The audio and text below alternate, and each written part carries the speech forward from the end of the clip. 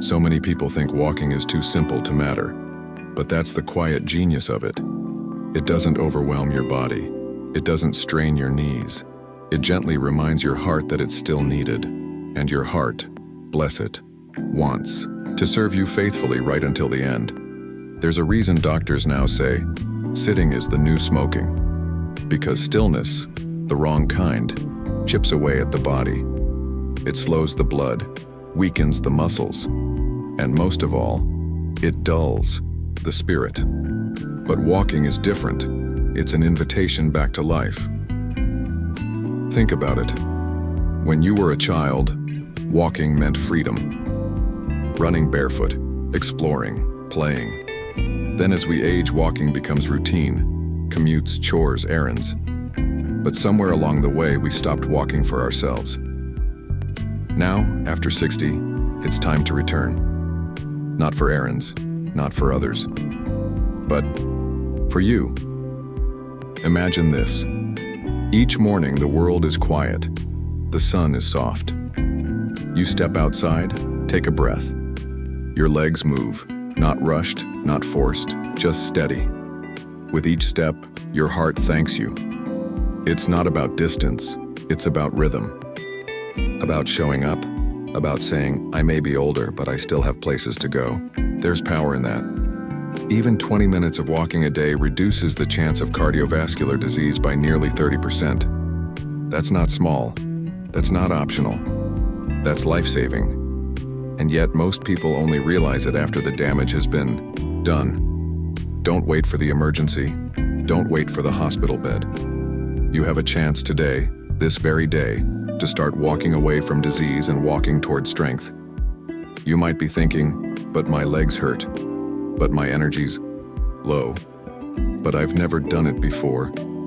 Dear heart, start where you are, even around the house, even 10 steps at a time. Your body will remember, and every single day it will reward you just a little more. You may feel sore at first. That's okay. It's your body waking up. It's blood finding new paths. It's your heart beating just a little stronger. The path ahead isn't measured in miles. It's measured in consistency. In the simple decision to say yes to yourself, again and again. And while others may be chasing cures, pills, and shortcuts, you'll be doing the quiet, powerful work of prevention. With each step, you lower your blood pressure. With each step, you invite calm into your nervous system. With each step, you reclaim control over your body. No app, no gym, no subscription, just you, your shoes, and a little promise to your heart. A promise that says, I still have time. I still have strength. I'm still walking. And isn't that something worth holding on to? So many people over 60 are afraid of getting sick, afraid of being a burden, afraid of not being remembered.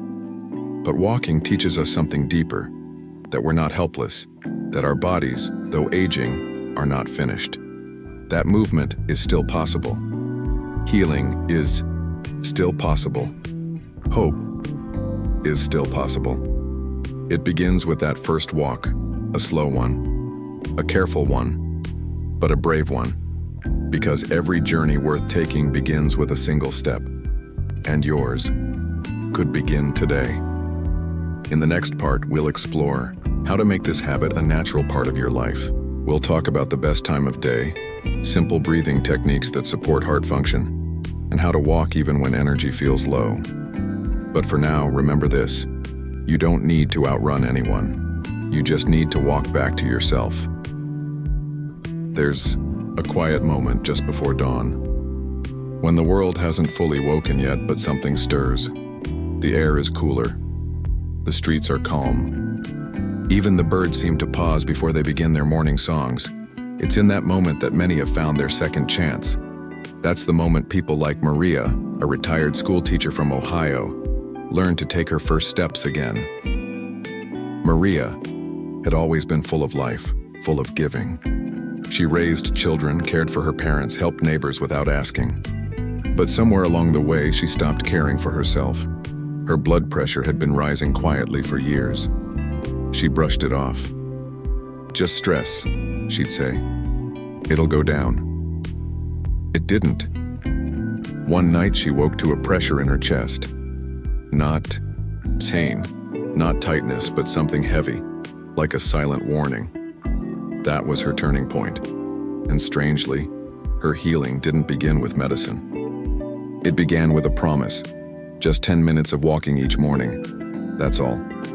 At first it felt pointless. Too simple, too late. But her doctor reminded her of something powerful. Your heart is a muscle. Muscles respond to movement, not fear. So, Maria walked. Some days in the backyard, some days down the driveway. Rain or shine, she moved. One morning she realized the pressure in her chest wasn't coming back. Her legs felt steadier. Her thoughts were clearer. Her blood pressure readings, the lowest they'd been in a decade. She hadn't done anything extreme. She hadn't joined a gym or cut out everything she loved. She had simply made room for movement again. That's the beauty of walking. It isn't about burning calories. It's about reminding the body, gently, that life still moves through it. So many people believe healing comes from the dramatic, from big surgeries, radical diets, or expensive machines. But often, the most profound healing begins with presence, with your breath, with your steps, with consistency. If you're over 60 and your blood pressure has been creeping up, don't wait for it to become dangerous. Walking doesn't just slow the rise, it can reverse it. You may wonder when the best time to walk is. Truthfully, the best time is when your body feels ready. But if you're looking for deeper benefits for heart health and blood pressure, the morning is powerful. Why? Because that's when cortisol, the body's stress hormone, is naturally higher. And a calm, steady walk can balance it, bringing your body back to center before the day begins. That's why early morning walks are often linked to lower stress levels, healthier blood pressure patterns, and improved heart rate variability. It's not just about your heart. It's about how your body responds to the world around you. Walking teaches your body to respond with steadiness instead of strain. Here's something few people talk about: breathing while walking. Most of us don't think about our breath. It happens automatically. But when we walk and breathe intentionally, something beautiful happens. Try this. Take 2 steps while inhaling through your nose. Then take 2 steps while exhaling slowly through your mouth. This pattern helps engage the parasympathetic nervous system, your body's natural relaxation response. It calms the heartbeat. It lowers blood pressure. It sends a message deep into your body that says, "I'm safe." It may feel strange at first, but over time, this kind of breathing, paired with walking, creates a moving meditation. And in a world that moves so fast that stillness becomes a gift to your heart, to your brain, to your spirit. You may ask, but what if I miss a day? Dear heart, it's not about being perfect. It's about returning. There will be rainy days, busy mornings, low energy moments. But each day you return, your body remembers. It's not about never falling, it's about always rising. Many seniors give up before they even begin. They look at others walking fast or wearing fancy gear and think, that's not for me. But walking is not a competition. It's not a race. Your pace is perfect. Your steps are sacred. And your journey, at this age, is not about proving anything. It's about reclaiming everything. Even if all you can manage today is 5 minutes. Around the house, it counts. Those steps matter. They tell your heart, I still care. I still have hope. I still choose life. There's something deeply human about walking. It connects us to our ancestors, to our younger selves, to every journey we've ever taken and everyone's still waiting. There's an old saying, when you walk toward your health, it walks toward you. And it's true. Blood pressure may be high now, energy may be low, but walking shifts things. Not all at once, but surely, steadily. And it gives you something more valuable than statistics or numbers. It gives you confidence. The kind of confidence that says, I'm not fading. I'm not finished. I'm just getting stronger, step by step. In the next part, we'll walk together through what happens inside your body in the first 30 days of daily walking. You'll be surprised at how quickly your blood pressure, mood, and even your memory can improve. But for now, promise yourself something gentle. Not a hard goal, not a heavy challenge. Just this, that you will keep moving. For your heart, for your mind, for the days ahead. Because the truth is simple. We can't control everything that happens to us, but we can choose to walk through it with grace. Something happens around day 10. That first resistance, the heaviness in your legs, the thoughts that say this won't work, begins to fade, and a quiet rhythm begins to take over. You no longer have to convince yourself to get up.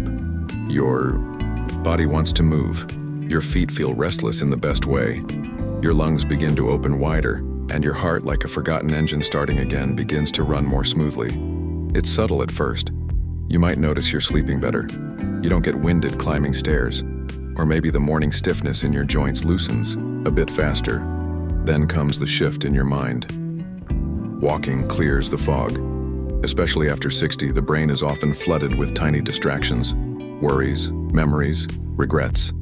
But something about walking slows that noise. It brings focus. It gives your thoughts room to breathe. In fact, research shows that walking increases blood flow not just to the heart, but to the brain, particularly the areas tied to memory and emotional balance. It's no surprise then that people who walk regularly are less likely to develop dementia or depression as they age.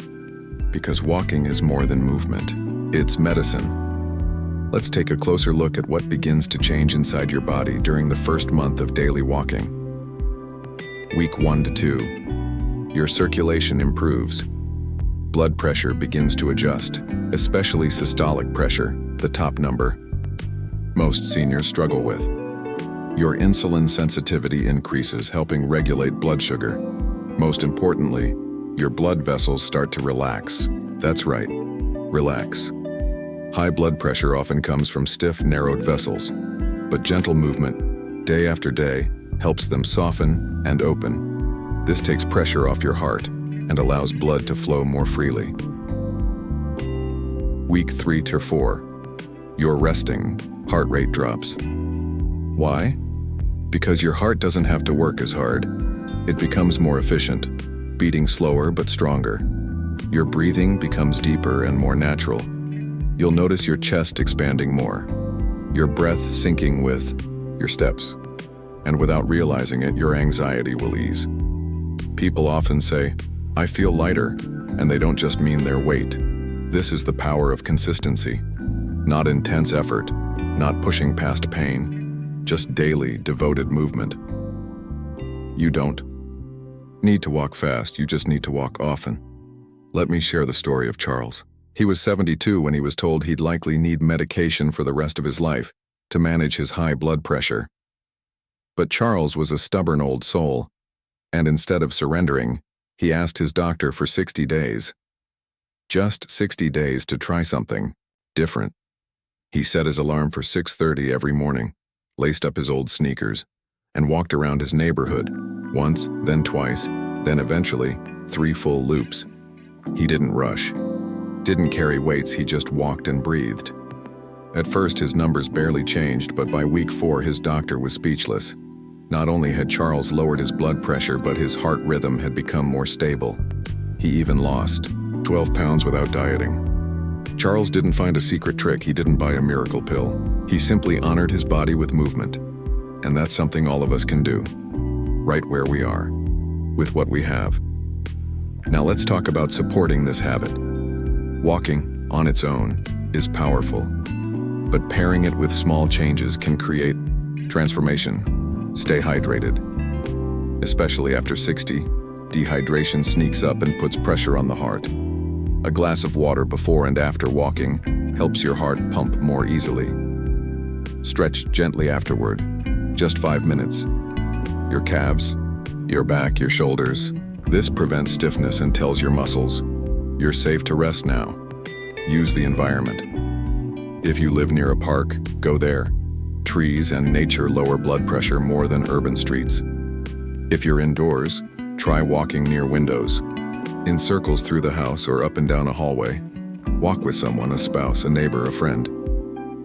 Conversation adds warmth to the walk and deepens its emotional reward. Even a pet beside you turns a routine into connection. And if you're alone, don't worry. Let silence be your companion. Let your thoughts rise and settle like waves. In those quiet walks, many people say they've had their most meaningful realizations. They remembered old dreams, forgave old wounds, even talked aloud or in the heart to people they'd lost. Because walking doesn't just heal the body, it heals the soul. You may not notice the change overnight, but slowly, it comes. One morning, you'll wake up and realize you didn't need to take that nap yesterday. You'll look in the mirror and see clearer eyes, a calmer face. Your family might notice it before you do. You seem different lately, they'll say. Lighter, brighter, steadier. And in your heart, you'll know the truth. It's the walking. It's your quiet promise, fulfilled. It's your heart once again in rhythm with life. In the final part, we'll explore how this one habit, just walking, can add years to your life and depth to your days. You'll hear the story of a woman who walked her way back from grief, and how walking can become your daily act of love. The days turn into weeks, weeks into months, and slowly, the walking becomes more than just exercise. It becomes a ritual of hope. Take Helen, for example. A widow in her late 70s, she felt lost after her husband passed away. The loneliness wrapped around her like a cold blanket. Her blood pressure soared and her heart ached, not just from grief, but from the quiet inside her home. Her daughter encouraged her to walk, but Helen resisted. "Why bother?" she asked. "What good is a slow walk when my world feels so still?" But one morning she decided to try. Just around the block. The sun was just rising, painting the sky in soft gold. With every step, Helen noticed the world waking up with her. The scent of dew, the soft chirping of birds, the gentle breeze on her face, and something inside her shifted. The grief didn't disappear, but for the first time in months, Helen felt a spark, a connection, a reason. Each morning, her walks grew longer. She began to notice neighbors waving, children playing, flowers blooming. Her heart, once heavy, found new rhythm. Her blood pressure, once dangerously high, dropped steadily. Doctors marveled. Friends noticed her smile returning. Walking had become her medicine, not a pill or procedure, but a daily act of self-love and courage. Because walking teaches us one of life's deepest lessons: healing is not a destination. It's a journey, a collection of small steps taken every day. It's the courage to keep moving forward when the path seems uncertain. It's the willingness to embrace the present moment, feet on the ground, breath in the body, heart open to life. And for those over 60, this journey is precious. Every step taken strengthens not just your heart, but your spirit. Every morning walk is a quiet victory over fear and limitation. It's a promise kept to yourself and to the years still waiting. So, if you are wondering how to protect your heart, lower your blood pressure, and add years of health to your life, remember this: you don't need fancy equipment or expensive treatments.